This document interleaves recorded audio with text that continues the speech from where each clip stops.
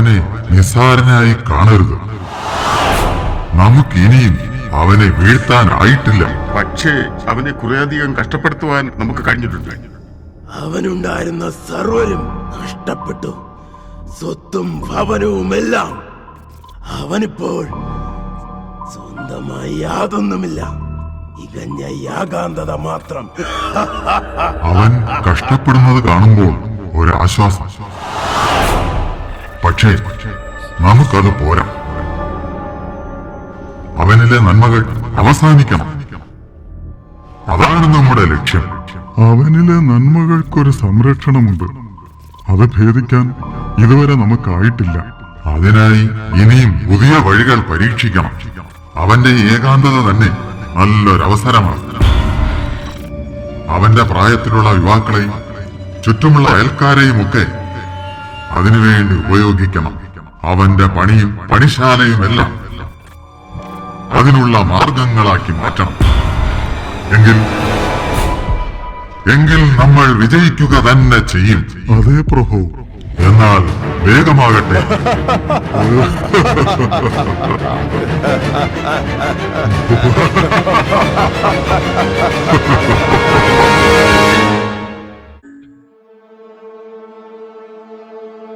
നിന്റെ വാൾ നീ എവിടെയും മറന്നു വെച്ചതാണോ? അല്ലെന്നേ, ഞാൻ ഇന്നലെയും പണി കഴിഞ്ഞ് വീട്ടിൽ കൊണ്ടുവന്നതല്ലേ. അത് മോഷണം പോയത് തന്നെ. എങ്കിലത് ആരായിരിക്കും എടുത്തത്? ഇത്തരം പണിയായുധം ആവശ്യമുള്ളത് ആർക്കാ? ഒന്ന് ഓർമ്മിച്ചു നോക്കുക. ആരെടുത്തു കാണുമെന്നാണ് നീ പറയുന്നത്? ആ മരപ്പണിക്കാരനായിരിക്കും വാളെടുത്തത്. ഏതു മരപ്പണിക്കാരൻ? ആ ജോസഫിനെയാണോ നീ പറയുന്നത്? അവനല്ലാതെ മറ്റാർക്കാണ് വാളിന്റെ ആവശ്യം? മരിക്കാറായവരെ കാണാനെന്ന് പറഞ്ഞ് അവനല്ലേ എല്ലായിടത്തും കറങ്ങി നടക്കുന്നത്. എങ്കിൽ വാ, നമുക്ക് അവനോട് ചോദിച്ചിട്ട് തന്നെ കാര്യം.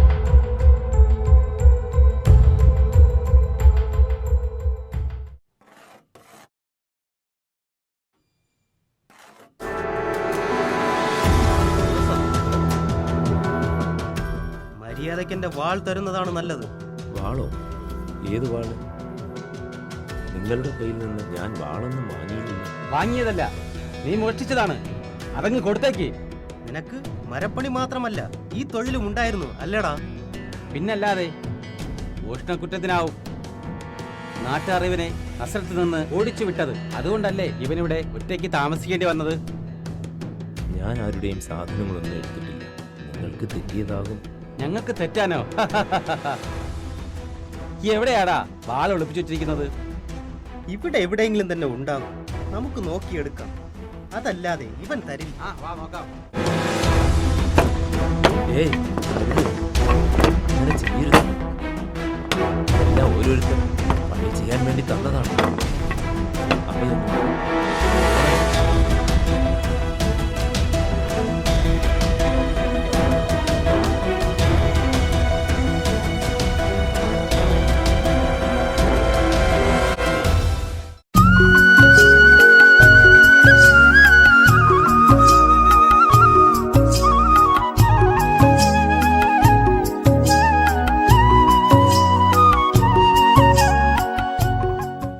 പറഞ്ഞപ്പോൾ അവൻ സമ്മതിച്ചില്ല. ഒന്നുകൂടി ശ്രമിച്ചു നോക്കാം, ചിലപ്പോൾ നടന്നാലോ? ചിലപ്പോഴല്ല, അവനെ കൊണ്ട് എങ്ങനെയെങ്കിലും സമ്പാദിപ്പിക്കണം. നമ്മൾ വിചാരിച്ചാൽ നടക്കും. എന്തായാലും നമ്മൾ കണ്ടെത്തിയ പെൺകുട്ടി അവനെ യോജിച്ചത് തന്നെ, സംശയമില്ല. സുന്ദരിയായ അവളെ കണ്ടാൽ അവൻ സമ്മതിക്കാതിരിക്കില്ല. സൗന്ദര്യമല്ല, അവൾ ദൈവഭക്തിയാണെന്ന് പറഞ്ഞാൽ ചിലപ്പോൾ സമ്മതിച്ചോളൂ. അതിന് അവൾ എന്തെങ്കിലും ദേവാലയം കണ്ടിട്ടുണ്ട്? ഇല്ല, പക്ഷെ നമുക്കങ്ങനെ പറയാമല്ലോ.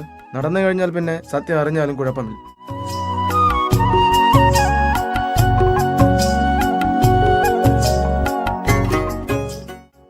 ജോസഫ്, രാവിലെ തന്നെ ജോലി തുടങ്ങിയോ? നിനക്ക് നന്മയുണ്ടാകുന്ന ഒരു കാര്യമായിട്ടാണ് ഞങ്ങൾ വന്നിരിക്കുന്നത്. എന്താണ് കാര്യം? നിനക്കൊരു വിവാഹാലോചന. നീ ഒറ്റയ്ക്കല്ലേ? വിവാഹത്തോടെ നിനക്ക് കുറച്ചുകൂടി മെച്ചപ്പെട്ടൊരു ജീവിതം ലഭിക്കും. എനിക്ക് വിവാഹം കഴിക്കാൻ താല്പര്യമില്ലെന്ന കാര്യം നിങ്ങളോട് മുമ്പ് പറഞ്ഞിട്ടുണ്ടല്ലോ. പക്ഷേ നിനക്ക് വേണ്ടി ദൈവഭക്തിയും സുന്ദരിയുമായ യുവതിയെ ഞങ്ങൾ കണ്ടുവച്ചിട്ടുണ്ട്. നിനക്ക് അവളെ ഇഷ്ടപ്പെടും. നീ ഇങ്ങനെ ഈ തൊഴിൽശാലയിൽ ഒറ്റയ്ക്ക് കഴിയേണ്ടവനല്ല. വിവാഹം കഴിയുന്നതോടെ ഈ വിരസമായ ജീവിതത്തിന് ഒരു അവസാനമുണ്ടാകും. ആര് പറഞ്ഞു എൻ്റെ ജീവിതം വിരസമാണെന്ന്? ഞാൻ ഒറ്റയ്ക്കല്ലല്ലോ, എന്നോടൊപ്പം ദൈവമുണ്ട്. അതുകൊണ്ട് ദയവായി വിവാഹത്തെക്കുറിച്ചുള്ള ആലോചന ഇവിടെ അവസാനിപ്പിക്കുക. പെട്ടെന്ന് വേണ്ട, സാവധാനം ആലോചിച്ചൊരു തീരുമാനം എടുത്താൽ മതി. വരൂ, നമുക്ക് പോകാം.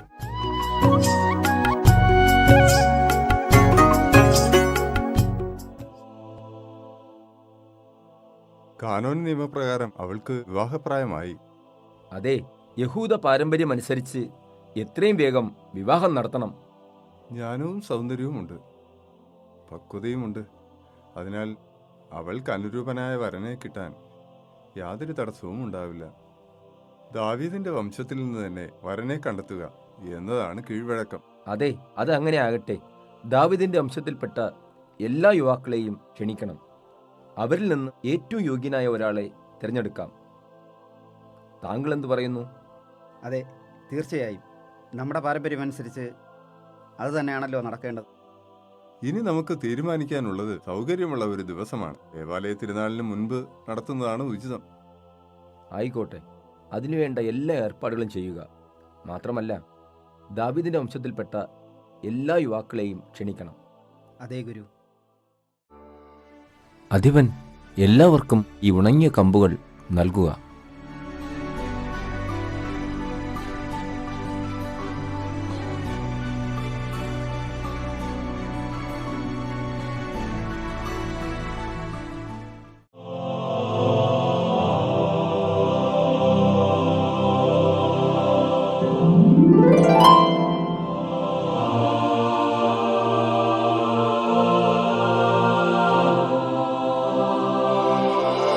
ജോസഫ്, ദൈവം നിനക്ക് നൽകിയിരിക്കുന്ന ഈ ദാനം സ്വീകരിച്ചാലും അവളുടെ ശുദ്ധതയുടെ കാവൽക്കാരൻ നീയായിരിക്കും. അവളെ ആഴത്തിൽ സ്നേഹിക്കുക. കാരണം ദൈവത്തിൻ്റെ ഹൃദയത്തിൻ്റെ ആനന്ദമാണവൾ. അവൾ സൃഷ്ടികളിൽ ഏറ്റവും പൂർണ്ണതയുള്ളവളും ഏറ്റവും പ്രിയപ്പെട്ടവളുമാണ്. അവളെപ്പോലെ ലോകത്തിൽ ആരും തന്നെ ഉണ്ടായിട്ടില്ല, ഉണ്ടാവുകയുമില്ല.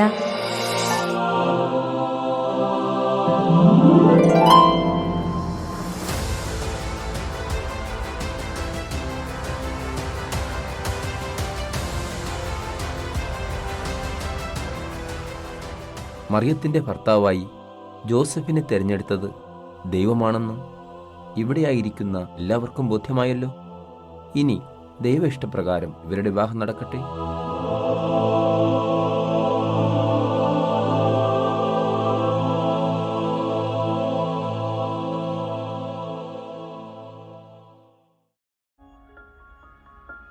ഒരു സ്വപ്നത്തിൽ പ്രാവിൻ്റെ സാദൃശ്യത്തിലാണ് മാലാഖ നിന്നെ എൻ്റെ കയ്യിൽ ഏൽപ്പിച്ചത്. അതുകൊണ്ടാണ് ഞാൻ നിന്നെ പ്രാവെന്ന് വിളിച്ചത്. നിന്നെക്കുറിച്ചുള്ള കാര്യങ്ങളൊക്കെ മാലാഖ എന്നോട് പറയാറുണ്ട്. വിഷമമുള്ള ഒരു കാര്യവും പറയാനുണ്ട്.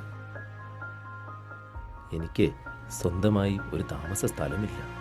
ഞാനിപ്പോൾ ചെറിയൊരു പണിശാലയിലാണ് കഴിയുന്നത്. എൻ്റെ കൂടെ അവിടെ താമസിക്കാൻ സമ്മതമാണോ? തീർച്ചയായും. അതെനിക്ക് വിഷമമുള്ള ഒരു കാര്യമല്ല. ദൈവഹിതം നിറവേറ്റുന്നതിൽ എനിക്ക് സന്തോഷമേ ഉള്ളൂ. എങ്കിൽ അവിടേക്ക് തന്നെ പോകാം.